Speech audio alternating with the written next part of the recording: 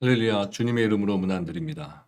다 같이 사도신경으로 신앙 고백하심으로써 수요일 새벽 예배를 시작하겠습니다. 나는 전능하신 아버지 하나님, 천지의 창조주를 믿습니다. 나는 그의 유일하신 아들, 우리 주 예수 그리스도를 믿습니다. 그는 성령으로 잉태되어 동정녀 마리아에게서 나시고 본디오 빌라도에게 고난을 받아 십자가에 못 박혀 죽으시고 장사된 지 사흘 만에 죽은 자 가운데서 다시 살아나셨으며 하늘에 오르시어 전능하신 아버지 하나님 우편에 앉아 계시다가 거기로부터 살아있는 자와 죽은 자를 심판하러 오십니다. 나는 성령을 믿으며 거룩한 공교회와 성도의 교제와 죄를 용서받는 것과 몸의 부활과 영생을 믿습니다. 아멘. 거룩하신 하나님, 이 아침에 우리들을 예배의 자리로 불러주시고 하나님을 느끼며 하나님을 바라보며 하나님의 말씀 가운데 머무는 시간 갖게 해주셔서 감사합니다. 오늘 하루도 시작하는 이 시간 예배를 통해서 하나님을 만나듯이 오늘 하루의 모든 시간들이 하나님을 찾으며 닫혀진 문을 두드리며 하나님을 사모하는 영혼으로 나아가는 우리들 모두 되도록 인도해 주시옵소서.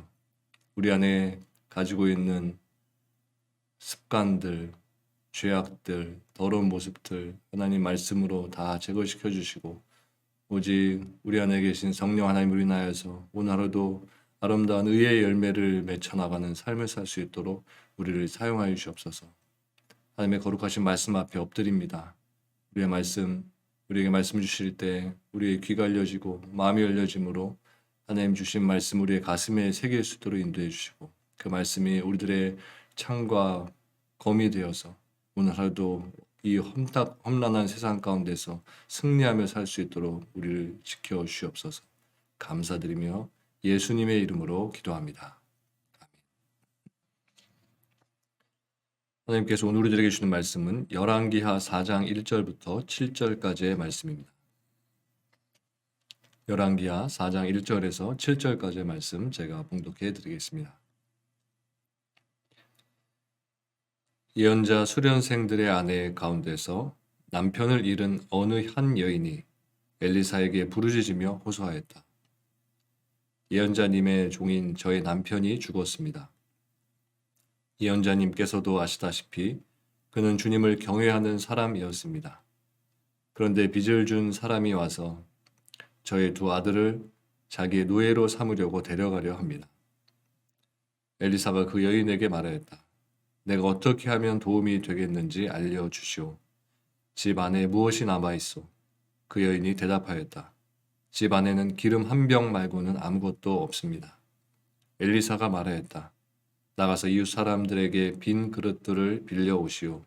되도록 많이 빌려와서 두 아들만 데리고 집으로 들어가 문을 닫고 그 그릇마다 모두 기름을 부어서 채워지는 대로 옆으로 옮겨 놓으시오. 그 여인은 엘리사 곁을 떠나 두 아들과 함께 집으로 들어가 문을 닫고 그 아들들이 가져온 그릇에 기름을 부었다. 그릇마다 가득 차자 그 여인은 아들들에게 물었다. 그릇이 더 없느냐? 아들들은 그릇이 이제 더 없다고 대답하였다. 그러자 기름은 더 이상 나오지 않았다.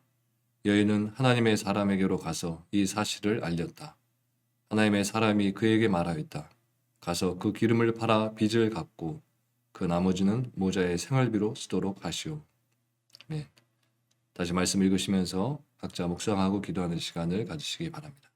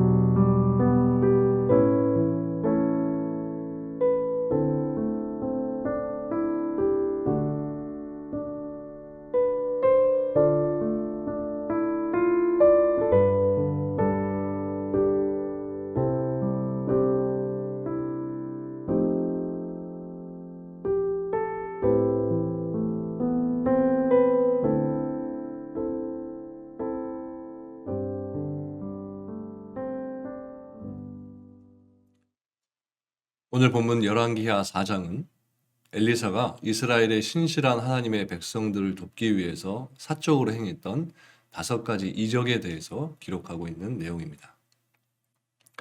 1절을 보면 한 선지자의 제자의 아내가 엘리사에게 와서 자신의 가정에 닥친 위기에 대해서 말하고 있습니다. 즉 자기 남편이 빚을 남기고 죽었는데 돈을 빌려준 사람이 자신의 2 아들을 종으로 삼으려고 한다는 것이었습니다. 율법에 의하면 채무자가 빚을 갚지 못할 경우에는 채무자 또는 그의 자녀를 6년간 종으로 삼을 수가 있었습니다. 죽은 제자의 가정은 큰 위기를 만났던 것입니다. 아내의 입장에서 보면 남편이 죽은 것도 견디기 힘든 고통인데 거기다가 2 아들마저 종으로 끌려가게 되었기 때문에 큰 절망감에 빠지게 되었을 것입니다. 여러분, 집이 이렇게까지 어려움에 처할 수 있을까라는 생각이 들지 않으십니까? 선지자의 제자라는 것은 하나님을 위해 헌신한 사람이라고 할 수 있습니다.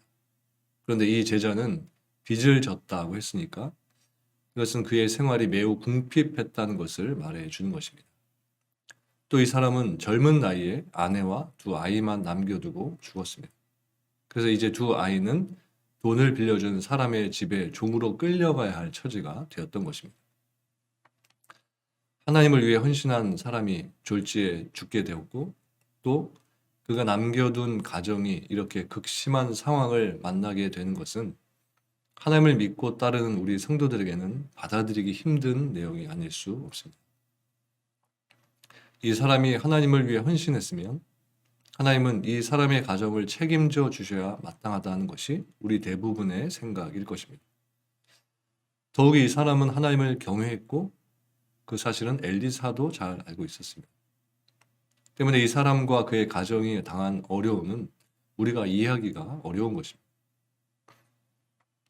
그런데 주목할 사실은 이 아내는 이런 상황에서도 전혀 하나님을 원망하지 않았다는 것입니다. 신앙이 좋은 사람들도 이런 극한 상황을 만나게 되면 하나님을 원망하기가 쉽습니다. 사실 하나님을 위해 자신의 모든 것을 바쳐서 헌신을 했는데 자신에게 돌아온 것이 역경뿐이라면 하나님을 원망하는 것이 인간적인 입장에서 보면 어쩌면 자연스러운 것이라고 할 수 있는 것입니다. 그럼에도 불구하고 본문 속의 제자의 아내는 전혀 하나님을 원망하지 않았고 하나님의 사람인 엘리사에게 가서 단지 자신의 형편과 사정을 정직하게 이야기했던 것입니다. 여러분, 이것이 바로 진실한 신앙인의 모습인 것입니다. 진실한 신앙인은 결코 역경을 만났다고 해서 하나님을 원망하지 않고 자기에게 임한 역경이 하나님의 섭리로 인한 것임을 알고 거기에 순응하면서 하나님을 더욱 신뢰하게 되는 것입니다. 물론 이렇게 행동을 취하는 이유는 자신에게 하나님이 역경을 주셨다면 또한 하나님이 그 역경을 해결해 주실 줄로 믿는 믿음이 있기 때문인 것입니다. 그러면 여러분, 역경 가운데 처했다고 해서 하나님을 원망하지 마시기 바랍니다. 그리고 도리어 그 상황 가운데서 하나님의 주권과 선하신 계획을 인정하면서 그 역경을 또한 헤쳐나가도록 인도해 주실 하나님을 바라보시기 바랍니다. 이런 과정들을 통해서 우리의 믿음은 더욱 굳건해지게 되는 것입니다. 2절 말씀에 보면 엘리사는 자기에게 와서 호소하는 제자의 아내에게 네 집에 무엇이 있는지 내게 말하라고 했습니다. 여러분, 엘리사가 왜 이런 질문을 했을까요? 물론 제자의 아내를 돕기 위해서였을 겁니다. 즉 엘리사는 그녀의 집에 아직 남아있는 것을 확인하고 그녀를 도우려고 했던 것입니다. 여기서 우리가 주목해야 할 사실이 있습니다. 여러분, 엘리사는 위대한 하나님의 사람이었습니다. 그러므로 그는 하나님께 기도해서 하늘에서 금은 보화를 내려서 여인을 도울 수도 있었습니다. 엘리사에게 그런 능력이 없어서 여인의 집에 아직 남아있는 것으로 도우려고 한 것이 아니었습니다. 엘리사가 굳이 여인의 집에 남아있는 것을 통해 그녀를 돕고자 했던 것은 하나님께서 하나님의 백성을 어떻게 도우시는지 그 사역의 방법을 보여주기 위해서였던 것입니다. 즉 하나님은 이미 사람에게 주신 것으로 도우시기를 즐겨하시는 분임을 보이고자 하신 것입니다. 여러분, 가진 것이 없어서 자식마저 종으로 끌려가야 할 처지에 놓인 여자의 집에 남아있는 것이 무엇이 있었겠습니까? 남아있는 것은 거의 없었을 겁니다. 뭔가 있었다면 그녀는 엘리사를 찾아오기 전에 그것이라도 팔아서 빚을 갚으려고 했을 겁니다. 그녀가 가진 것은 기름 한 병뿐이었습니다. 이것이 그녀가 가진 것 전부였는데 그것은 사실 가진 것이라고 할 수 없을 정도로 미미한 것이었습니다. 이것으로는 어떠한 일도 할 수 없다고 여겨질 만한 것이었습니다.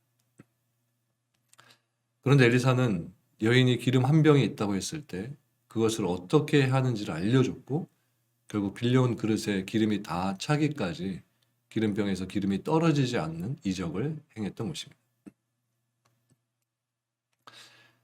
여러분, 우리는 이적이라고 하면 뭔가 대단한 것이 있어야만 가능하다고 생각하는 경향이 있습니다. 그러나 이적을 일으키시는 분은 전능하신 하나님이십니다. 우리가 무엇을 가지고 있든지 간에 정직하게 믿음을 가지고 그것을 내놓기만 하면 하나님은 그것을 가지고 우리에게 기적을 일으키시는 것입니다. 그러면 여러분, 여러분의 삶 가운데 어떤 어려움이 있다고 할지라도 실망하거나 낙심하지 마시고 여러분에게 아직 남아있는 것이 무엇인지를 찾아보시기 바랍니다. 그리고 그것을 믿음으로 하나님께 내어놓고 그것을 최대로 활용하시기 바랍니다. 그럴 때 하나님은 그것을 재료 삼으셔서 여러분이 생각지 못한 이적을 여러분의 삶에 일으켜 주시는 것입니다. 이어서 5절과 6절 말씀은 그릇에 빌려온 그녀와 두 아들이 엘리사의 지시대로 남은 한 병의 기름으로 빌려온 모든 그릇에 기름을 채운 내용입니다. 그런데 여기에 보면 하나님은 그녀가 빌려온 모든 그릇에 기름이 가득해지자 더 이상 기름을 주시지 않았습니다. 그러므로 다른 그릇이 없나이다 라는 아들의 대답에 여인은 매우 안타까웠을 겁니다. 몇 개는 더 빌려올 수 있었을 텐데 라고 후회했을 수도 있고 이럴 줄 알았으면 더 큰 그릇들을 빌려왔을 텐데 이렇게 생각했을 수도 있습니다. 그런데 여기서 중요한 사실은 하나님의 은혜의 기름이 그녀가 빌려온 그릇 분량만큼만 채워졌다는 것입니다. 여기서 우리는 한 가지 중요한 교훈을 얻게 됩니다. 여러분, 성경에서 기름은 하나님의 은혜와 성령의 은사를 상징합니다. 그런 의미에서 볼 때 본문의 이적 사건은 하나님은 우리에게 은혜를 베푸실 때 우리가 준비한 믿음의 그릇 분량만큼만 채우신다는 것을 말씀해 주는 것입니다. 여러분의 믿음이 크면 큰 만큼 또 작으면 작은 만큼 하나님의 은혜의 크기도 달라진다는 것입니다. 그리고 그러한 이유로 성도들 간에는 개인차가 발생하게 되는 것입니다. 즉 어떤 성도는 하나님께 크게 쓰임을 받고 많은 열매를 맺는 삶을 사는데 또 어떤 성도는 자기 혼자 겨우 유지할 정도의 삶을 사는 것입니다. 그런데 어떤 성도는 자기를 다른 성도들과 비교하면서 하나님께서 다른 성도들에게는 저렇게 큰 은혜를 베푸시면서 왜 나한테는 이렇게 작은 은혜밖에 베푸시 않느냐라고 하면서 불평을 합니다. 그렇게 하나님이 성도들을 차별한다고 생각을 하는 것입니다. 여러분, 이런 생각은 잘못된 것입니다. 오히려 그런 생각이 들 때 자신이 다른 사람들보다 하나님의 은혜를 작게 받았다면 그 원인은 하나님께 있는 것이 아니라 자기 자신에게 있다는 것을 생각해 봐야 하는 것입니다.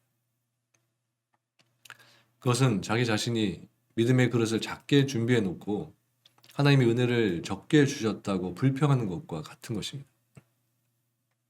여러분, 그릇이 작으면 많이 담고 싶어도 많이 담을 수가 없습니다. 그릇은 그 용량만큼만 담을 수 있는 것입니다. 그러므로 하나님이 자기에게 은혜를 적게 베푸셨다면 자신의 믿음의 그릇의 용량이 작기 때문인 것입니다. 그러므로 큰 은혜를 원한다면 하나님의 큰 은혜를 사모하면서 자신의 그릇의 용량을 넓혀야 하는 것입니다. 하나님 앞에 문제가 되는 것은 우리가 그분이 채울 수 없을 만큼 너무 많은 것을 바라는 것이 아니라 하나님의 능력을 과소평가하거나 하나님께 아무런 기대도 하지 않거나 또는 기껏 우리의 힘으로 채울 수 있는 그 정도 분량의 믿음의 그릇을 준비하는 데 있는 것입니다. 이어서 7절 말씀은 선지자 제자의 가정에 닥친 위기가 해피엔딩으로 끝나는 내용입니다. 하나님이 기적을 통해 주신 기름은 본문의 여인이 자기 남편이 생전에 진 빚을 다 갚을 뿐 아니라 그녀의 가정의 생계를 아무런 걱정 없이 계속 꾸려 나갈 수 있을 정도로 풍성했습니다. 이것과 관련해서 우리 성도들이 생각해 봐야 할 부분이 있습니다. 그것은 우리들 모두는 영적으로 보면 모두 빚쟁이라는 사실입니다. 무슨 빚을 졌을까요? 바로 하나님께 받은 은혜에 대한 빚입니다. 우리들 가운데 하나님께 은혜의 빚을 지지 않은 사람은 한 사람도 없습니다. 즉, 그 빚을 졌기 때문에 죄에서 해방이 되고 우리가 하나님의 자녀가 된 것입니다. 그렇다면 여러분, 우리는 그 은혜에 응답해야 할 의무가 있다는 사실을 알아야 하는 것입니다.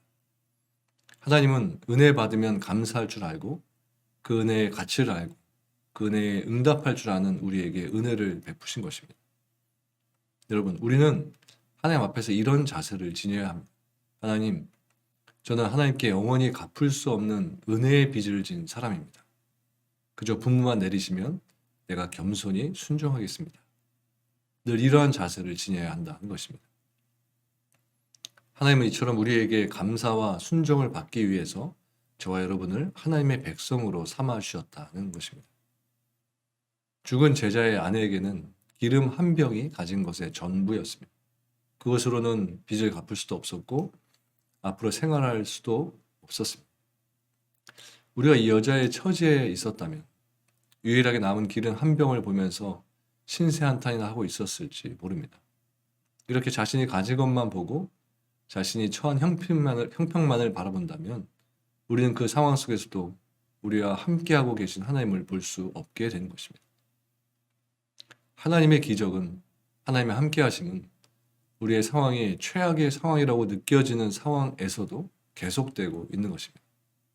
여러분, 여러분의 소유나 형편을 바라보지 마시고 우리를 붙들으셔서 생명의 나루로 이끌어가시는 하나님의 크신 일을 바라보시기를 바랍니다. 그럴 때 하나님은 우리를 떠나지 않으시고 우리를 지키시는 분이심을 보게 될 것입니다.